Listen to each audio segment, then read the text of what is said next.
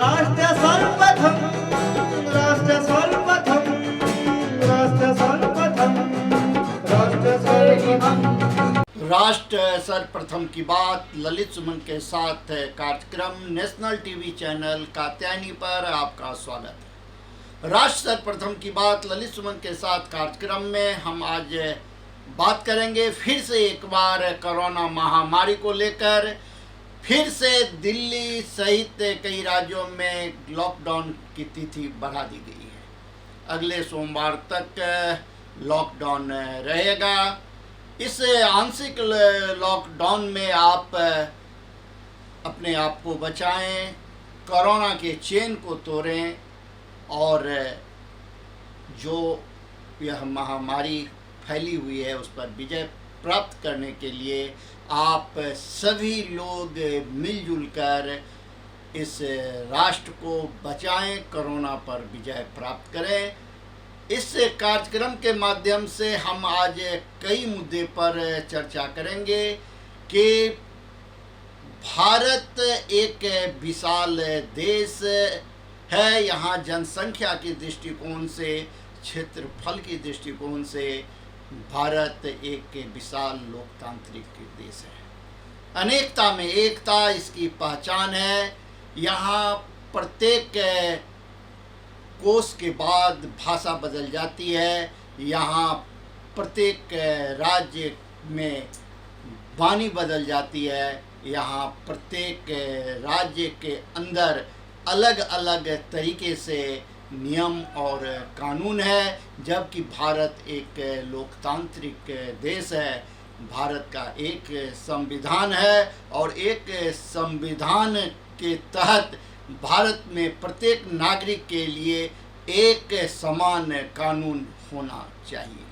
लेकिन आज़ादी के 74 वर्ष बाद भी जब भारत 75वें वर्ष में प्रवेश करने जा रहा है तो कई सारे ऐसे मुद्दे हैं जिस पर गंभीरतापूर्वक विचार करने की ज़रूरत है। राष्ट्र सर्वप्रथम की बात ललित सुमन के साथ कार्यक्रम में हम आपसे पहले भी चर्चा कर चुके हैं और बार बार हमने आप सभी भारतवासियों से आग्रह किया है कि भारत की एकता और भारत की अखंडता पर लगातार प्रहार होने के बावजूद भी अगर भारत की एकता और अखंडता को कोई चाहे कितना भी चुनौती देने का काम किया हो उसे खंडित आज तक नहीं कर पाया, तो यह है भारतवासी के अंदर एक अपनी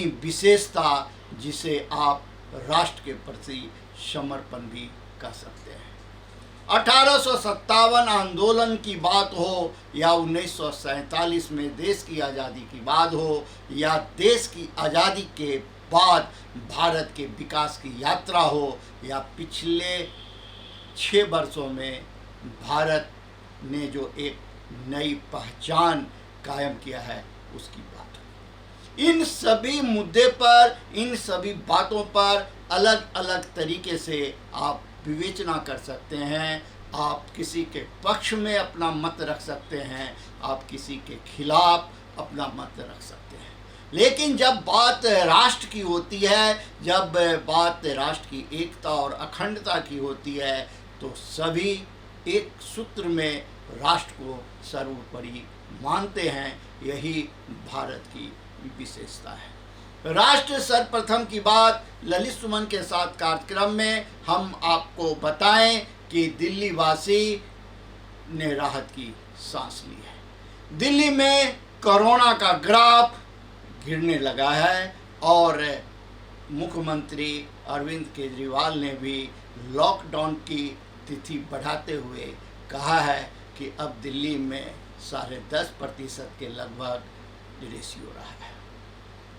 यह आंकड़ा और कम होगा, निश्चित रूप से कम होगा। जिस प्रकार से दिल्ली के सभी निवासियों ने कानून का साथ दिया है, कानून के रक्षकों ने अपने तरीके से दिल्ली को बचाने का काम किया है, दिल्ली के सभी नेताओं ने जिस प्रकार से एकजुटता का परिचय देकर दिल्ली के उन पीड़ितों को जिन्हें ऑक्सीजन नहीं मिल रहा था, जिन्हें बेड नहीं मिल रहा था, जिन्हें दवाई उपलब्ध नहीं हो रहा था, उन सभी के लिए जिस प्रकार से काम किया, इसके लिए सभी धन्यवाद के पात्र हैं। दिल्ली न्यायालय, चाहे वह जिला न्यायालय हो, चाहे दिल्ली उच्च न्यायालय हो या सर्वोच्च न्यायालय हो, सभी ने इस अवसर पर अपनी जो भूमिका अदा की है उसकी जितनी भी प्रशंसा की जाए वह कम है। एक लोकतांत्रिक के देश की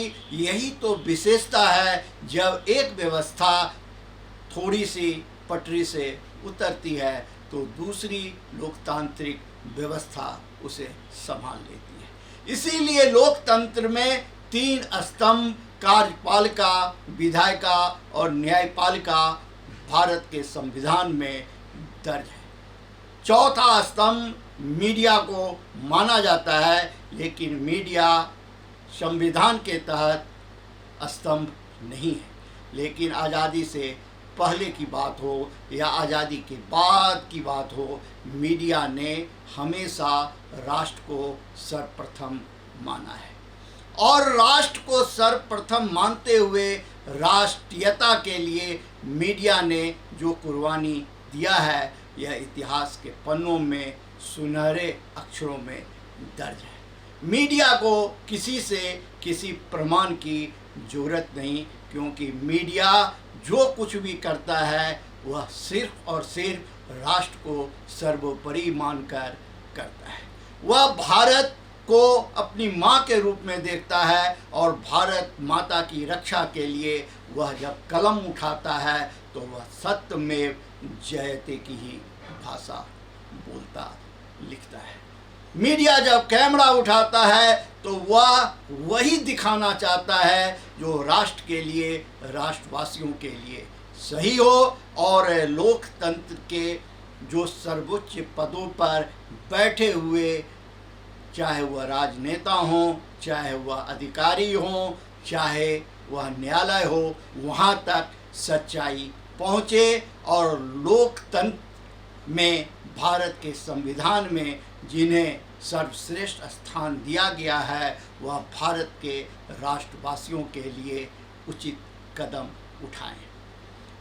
राष्ट्र सर्वप्रथम की बात ललित सुमन के साथ कार्यक्रम में हम आपसे आज ब्रेक पर जाने से पहले यह जानना चाहेंगे कि क्या आप इस बात को नहीं मानते कि भारत इतने वर्षों तक गुलामी के बाद भी अगर अंतर्राष्ट्रीय स्तर पर अपनी यह पहचान बनाने में सफल रहा है, अगर इतना लंबा सफ़र तय किया है, तो इसमें प्रत्येक भारतवासियों का अपना अपना सहयोग है, प्रत्येक भारतवासियों का अपना अपना त्याग है। राष्ट्र सर्वप्रथम की बात ललित सुमन के साथ कार्यक्रम में हम अभी चलते हैं एक ब्रेक पर। ब्रेक के बाद हम फिर आपसे बात करेंगे विभिन्न मुद्दे पर, जो किस प्रकार से कोरोना महामारी के अवसर पर भी लोग मौके की तलाश में हैं, अपनी नैतिकता को ताक पर रखकर अभी भी लोगों का शोषण करने के लिए वह व्यग्र हैं। आखिर वे तत्व कौन हैं जो इस महामारी के अवसर पर भी मौके का फायदा उठाना चाहते हैं? आप कहीं जाए नहीं, एक छोटा सा ब्रेक के बाद हम जल्द ही लौट के आ रहे हैं। 22 वर्षों से प्रकाशित मदर इंडिया पत्रिका, पढ़ते रहें देश दुनिया की खबरों के लिए।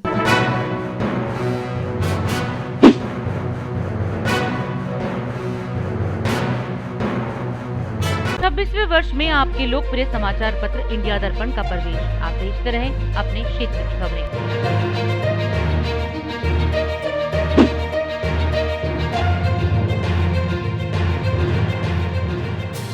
और अधिक खबरों के लिए आप हमारे YouTube चैनल दैनिक इंडिया दर्पण को अभी सब्सक्राइब करें और नोटिफिकेशन के लिए बेल आइकन को प्रेस करना ना भूलें।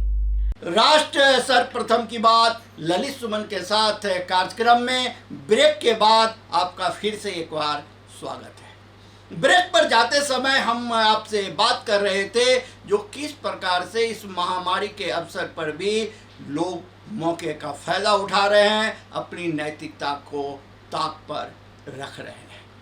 कोई ऑक्सीजन की कालाबाजारी कर रहा है तो कोई दवा की कालाबाजारी कर रहा है, कोई ऑनलाइन बेड दिलाने के नाम पर, कोई ऑनलाइन लोगों को आईसीयू दिलाने के नाम पर, कोई ऑनलाइन लोगों को ऑक्सीजन दिलाने के नाम पर ठगने का काम कर रहा है। आखिर वो कौन है? तो आप जब इसे गंभीरतापूर्वक देखेंगे, जानने की कोशिश करेंगे, तो आपको स्वतः पता चलेगा, चाहे वह महाभारत का काल हो, चाहे वह रामायण का काल हो, प्रत्येक समय में आत्मा और दुरात्मा दो रहा है। जो आत्मा है वो आत्मा की मदद करती है, राष्ट्र को, समाज को, मानवता की रक्षा के लिए वह आगे बढ़ के आता है। और जो दुरात्मा है वह हवन को विध्वंस करने का काम करता है, साधु सन्यासी को प्रताड़ित करने का काम करता है, समाज के नेक आदमी को तंग और तबाह करने का काम करता है, कानून का माहौल बनाने का काम करता है, और शक्ति के बदौलत, गलत तरीके से अर्जित धन के बदौलत समाज में और राष्ट्र में वो अपनी एक अलग सत्ता स्थापित करने का काम करता है। अभी महामारी के इस काल में भी उसी प्रकार के ये तत्व हैं जो संगठित अपराध करने का काम कर रहे हैं, जो ऑक्सीजन की कालाबाजारी कर रहे हैं, जो दवाई की कालाबाजारी कर रहे हैं, जो बेड का सौदा कर रहे हैं, जो पीड़ितों की सहायता करने की जगह, मानवता की रक्षा करने की जगह इस मौके का फायदा उठाकर धन अर्जित करने का काम कर रहे हैं। उन्हें किसी की संवेदना से कुछ नहीं लेना, उन्हें मानवता धर्म से कुछ नहीं लेना, उन्हें लोगों की पीड़ा से कुछ नहीं लेना, उन्हें सिर्फ और सिर्फ पैसा चाहिए, और वो सिर्फ पैसे के लिए वे तमाम तरह के हथकंडे अपनाने का काम करते हैं, जिसे कानून की भाषा में गैर कानूनी काम कहा जाता है, और धर्म की भाषा में उसे अधर्म की संज्ञा दी जाती है। राष्ट्र सर्वप्रथम की बात ललित सुमन के साथ कार्यक्रम में हम आपको फिर से एक बार बताएं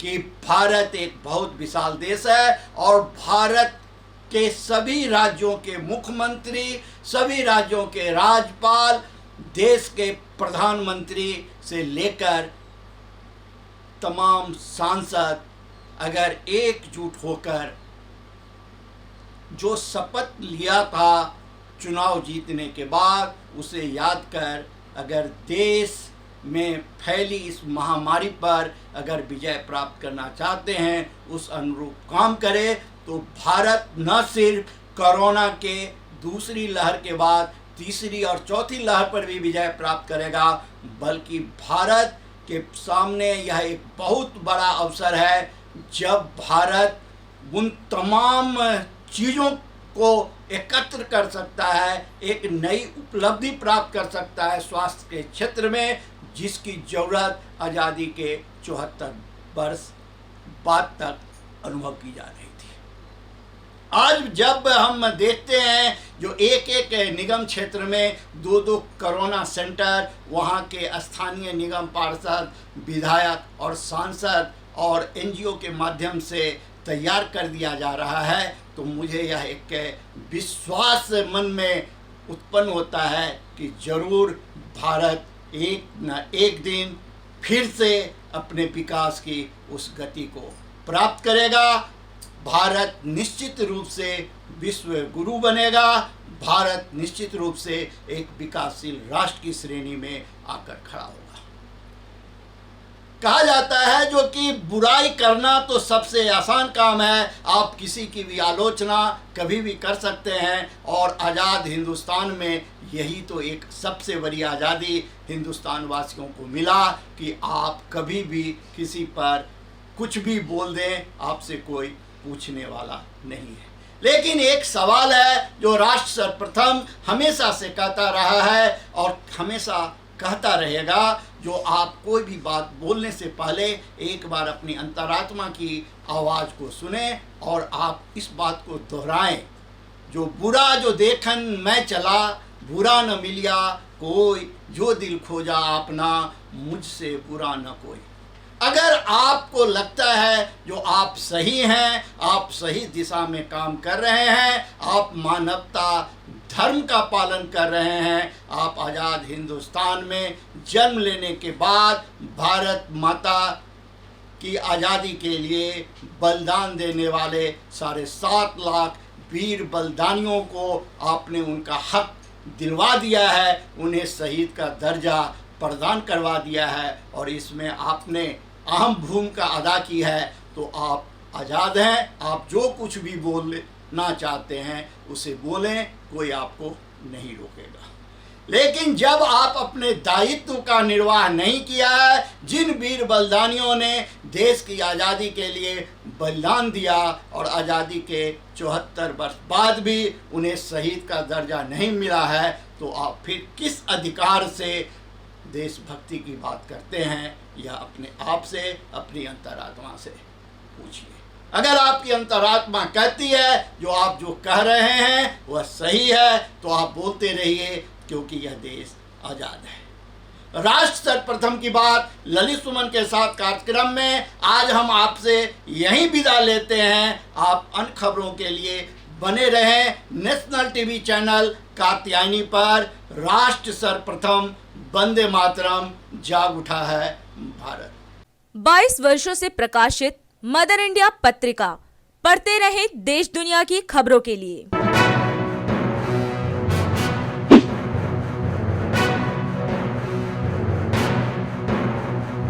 26वें वर्ष में आपके लोकप्रिय समाचार पत्र इंडिया दर्पण का प्रवेश। आप देखते रहें अपने क्षेत्र की खबरें।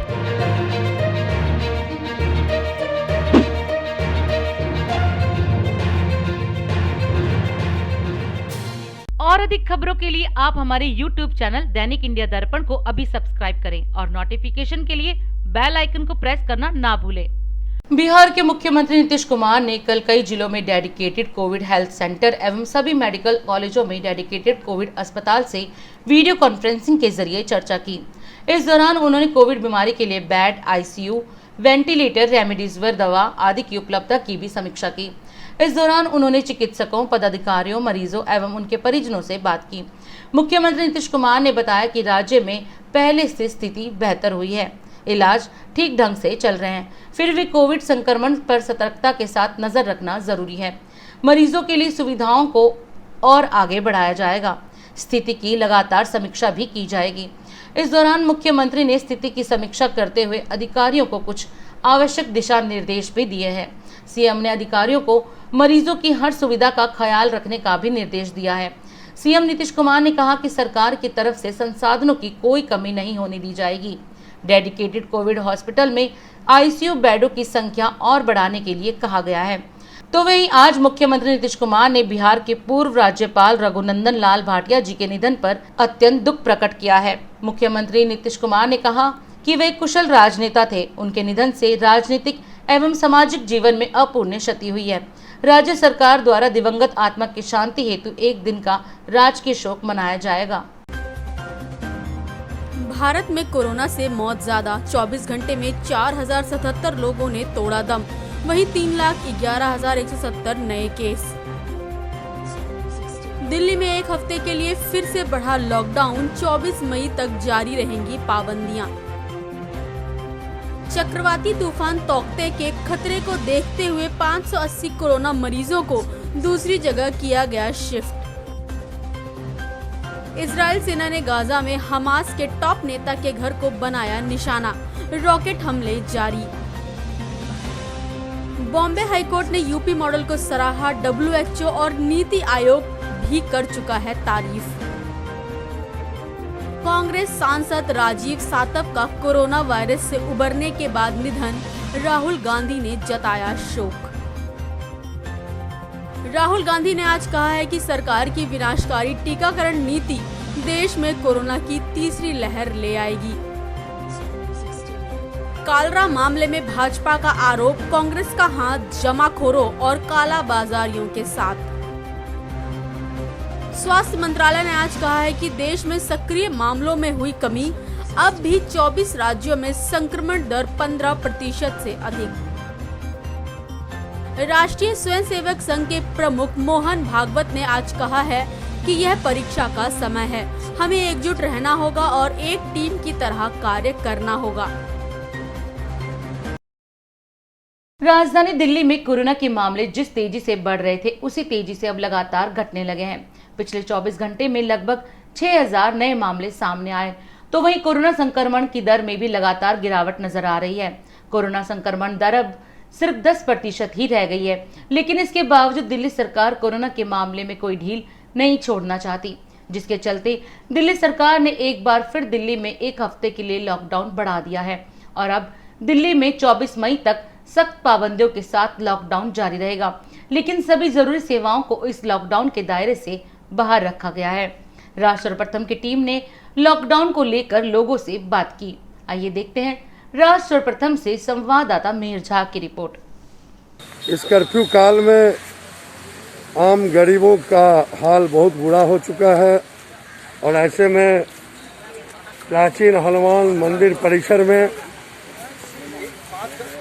भक्तजनों के द्वारा गरीबों को चाय और बिस्कुट दी जा रही है और बहुत ही अच्छी बात है और इनकी सेवा इस कोरोना काल में अति सराहनीय है। प्रदेश की दिल्ली सरकार ने लॉकडाउन पुनः बढ़ा दिया है, किस नजरिए से आप देखते हैं? लॉकडाउन बढ़ाना चाहिए था कि नहीं? लॉकडाउन तो बढ़ाना चाहिए, मगर रेहड़ी पटरी वाले को क्या हो गए, मजदूरी वाले को क्या हो गए? हाँ, मजदूरी जो रोज कमाते हैं खाते हैं उसके लिए भी सरकार सोचना चाहिए, कुछ खर्चा वर्चा देना चाहिए, इसके लिए सरकार सोचना चाहिए। आप तो रेहड़ी पटरी वाले हैं, रोज कमाने खाने वाले हैं, रेहड़ी लगाते हैं। लॉकडाउन में तो रेहड़ी बंद है। हाँ जी, बंद है रेहड़ी। तो ऐसी स्थिति में आपको तो समस्या आती ही होगी। समस्या बहुत आ रही है और बीमारी बढ़ रही है, इसलिए लॉकडाउन लगाने को आप किस दृष्टि से देखते हैं? खाना कहाँ से खाएं, रूम किराया देना है, कहाँ से होंगे? बीमारी को रोकने के लिए तो लॉकडाउन अच्छी बात है। बीमारी अब तो बीमारी तो है ही है। तो लॉकडाउन का स्वागत करते हैं आप? स्वागत तो करते हैं, मगर तो लॉकडाउन पुनः बढ़ा दी गई है दिल्ली सरकार ने। जी, कोई दिक्कत नहीं है। बीमारी जब कम होने की समय न है तो होनी चाहिए, और रही बात तो गरीबों को व्यवस्था थोड़ी बहुत होनी चाहिए। तो क्या मांग करेंगे आप मुख्यमंत्री से? कैसी व्यवस्था? पिछले साल खाना मिला जी, खाना पीना था वो ठीक था इंतजाम, ये गरीब 2 टाइम खा तो लेता था। इस बार मिल रहा? इस बार कुछ नहीं मिल रहा जी। तो क्या आप चाहते हैं सरकार से?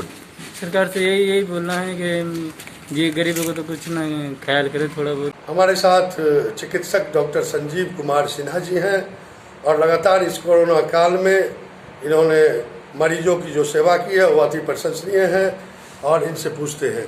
डॉक्टर साहब, 1 सप्ताह के लिए पुनः लॉकडाउन बढ़ चुकी है, आप इसे किस नज़रिए से देखते हैं? एक चिकित्सक होने के नाते आप क्या कहना चाहेंगे? नहीं, लॉकडाउन बढ़ना जरूरी है क्योंकि बीमारी बहुत ज़्यादा बढ़ रही है, हालात इतनी गंभीर होती जा रही है, लोगों को हर हमेशा बहुत इमरजेंसी रहने पर घर से निकलना चाहिए, घर पे ही रहना चाहिए और हमें तो क्लिनिक पर रहना पड़ता है, लोगों की मजबूरी है और हम व्यक्तियों को, मरीजों को सलाह देते हैं कि कम से कम घर से निकलिए, दवा लेना है दवा लीजिए और तुरंत घर जाइए। तो लॉकडाउन का आप स्वागत करेंगे? हाँ, लॉकडाउन ज़रूरी है और इससे कुछ कम हो सकता है कोरोना की बीमारी। बहुत बहुत धन्यवाद। ये हमारे साथ डॉक्टर साहब थे। इनकी बातों को आप सम्मानित दर्शक सभी गौर से सुने और अमल में लाए। दिल्ली प्रदेश अध्यक्ष आदेश गुप्ता के नेतृत्व में सेवाई संगठन द्वारा भाजपा नेता व कार्यकर्ता जगह जगह कोरोना मरीजों के उपचार के लिए मुफ्त ऑक्सीजन, मेडिकल इक्विपमेंट, भोजन व कोविड सेंटर की व्यवस्था कर रहे हैं। तो वहीं आज उत्तरी दिल्ली नगर निगम की पूर्व मेयर व निगम पार्षद प्रीति अग्रवाल ने एक पहल करते हुए कोरोना मरीजों के लिए पोस्ट कोविड सेंटर की शुरुआत की है। इस कोविड सेंटर में उन मरीजों का उपचार किया जाएगा जो कोरोना से ठीक हो चुके हैं और रिपोर्ट भी नेगेटिव आ चुकी हो, लेकिन उन मरीजों में किसी न किसी तरह के कोई भी साइड इफेक्ट नजर आ रहे हैं तो वो इस कोविड सेंटर के माध्यम से अपना उपचार कर सकते हैं। आज रोहिणी सेक्टर 18 के प्राण शक्ति पोस्ट कोविड सेंटर का उद्घाटन कार्यक्रम दिल्ली प्रदेश अध्यक्ष आदेश गुप्ता, उत्तरी पश्चिमी दिल्ली के सांसद हंसराज हंस व पूर्व मेयर व निगम पार्षद प्रीति अग्रवाल द्वारा किया गया। इस मौके पर भाजपा के अन्य कार्यकर्ता भी मौजूद थे।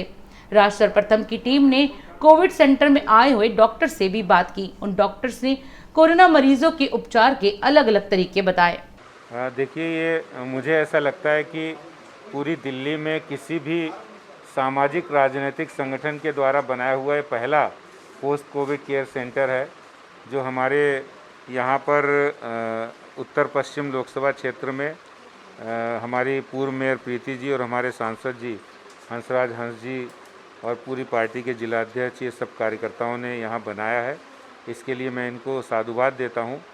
जो यहाँ पर कोविड से आफ्टर कोविड जो साइड इफ़ेक्ट्स होते हैं, घबराहट होती है, यहाँ पर उनका पूरा इलाज होगा, उनकी चिंता होगी, उनको न्यूट्रिशियस वैल्यू के भोजन और ब्रेकफास्ट और इसके साथ साथ उनको दवाइयाँ और डॉक्टरी की सलाह और काउंसलिंग, साइकोलॉजिकल काउंसलिंग भी बहुत ज़रूरी है। क्योंकि जो डर और भय का माहौल है, जब एक कोविड पेशेंट नेगेटिव भी हो जाता है तब भी उसको बहुत सारी दिक्कतें का सामना करना पड़ता है, उसको साइड इफ़ेक्ट होते हैं। तो ऐसे में इस कोविड केयर सेंटर से डॉक्टर भी एसोसिएट हैं, वो डॉक्टर्स की टीम भी उनको काउंसलिंग करेगी और ऐसे में वो अपने विल पावर को मजबूत कर पाएंगे। और कुल मिलाकर पॉजिटिविटी, सकारात्मकता देना ही भारतीय जनता पार्टी का मूल उद्देश्य है। इस कोविड की लड़ाई में हम लोग मिलकर लड़ेंगे, पॉजिटिवनेस के साथ लड़ेंगे, तभी हम इस महामारी से जीत सकते हैं। मिलकर लड़ेंगे और सकारात्मकता का संदेश ये प्रीति जी बता रही हैं कि हम खुद भी उनको काउंसलिंग करते हैं। तो अच्छी बात है कि हमारे कई डॉक्टर्स भी हैं, हमारे पार्टी के कार्यकर्ता लगातार इस सेवा ही संगठन में काम कर रहे हैं और वो लोगों को होम आइसोलेशन के लोगों को मदद पहुंचाना, उनको खाना पहुंचाना, अस्पताल के बाहर भोजन देना, ये पार्टी का सेवा ही संगठन में काम चल रहा है। ब्लड डोनेशन, प्लाज्मा डोनेशन, इसके साथ एक नया आयाम शुरू किया है। ये आज का मुख्य उद्देश्य। इस वक्त हमारे साथ मौजूद है पूर्व मेयर प्रीति अग्रवाल जी, जो कि इस वक्त निगम पार्षद हैं। निगम पार्षद के ऊपर उन्होंने बहुत सारे काम किए और आज इन्होंने एक बहुत अच्छी पहल की है। सेवा ही संगठन के सौजन्य से जो आपने कोविड पेशेंट्स जो ठीक हो गए, जिनकी रिपोर्ट नेगेटिव आ गई लेकिन उनमें कुछ साइड इफ़ेक्ट के सिम्टम्स नज़र आते हैं, तो वो यहाँ पर ट्रीटमेंट ले सकते हैं। ये बहुत अच्छी पहल की है। तो सबसे पहले तो उसके लिए मैं आपको बहुत धन्यवाद देना चाहती हूँ। दूसरा आपसे जानना चाहूँगी कि क्या आपको लगता है कि ऐसे पेशेंट्स में ज़्यादा सिम्टम्स आते हैं साइड इफ़ेक्ट के? देखिए, जो अभी दूसरी महामारी की जो दूसरी लहर आई है, उसने सब लोगों को बहुत भयभीत कर दिया है। पेशेंट्स ठीक होने के बाद भी, नेगेटिव आने के बाद भी वो बड़े भयभीत हैं। उनको एंग्जाइटी लेवल बढ़ा हुआ है, उनके अंदर डिप्रेशंस हैं, उनका बीपी लेवल शूट अप हो गया है, उनका कोलेस्ट्रॉल हाई हो गया है, इस तरह की बहुत सारी प्रॉब्लम्स हैं, पेन्स हैं, एक्स हैं। तो उसको देखते हुए हमने ये प्रयास किया है पोस्ट कोविड केयर सेंटर बनाने का, क्योंकि पोस्ट कोविड केयर सिम्टम्स को ट्रीट करना बेहद ही ज़रूरी है।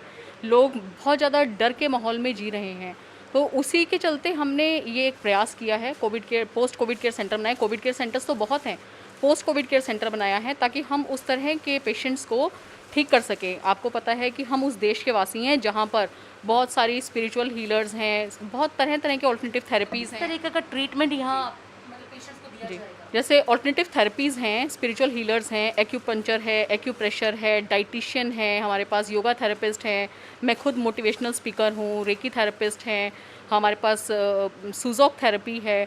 सभी ऑल्टरनेटिव मेडिसिन्स हमारे पास हैं, थेरेपिस्ट हमारे पास हैं।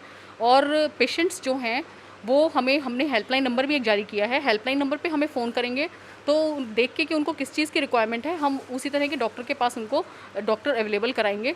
और पेशेंट्स मेडिटेशन करने से, क्योंकि देखिए एक छोटा सा कोरोना वायरस जो हमारे हाथ धोने मात्र से मर जाता है, वो एक छोटा सा वायरस वो पॉजिटिव हो सकते हैं, तो क्या हम अपनी सोच पॉजिटिव नहीं कर सकते?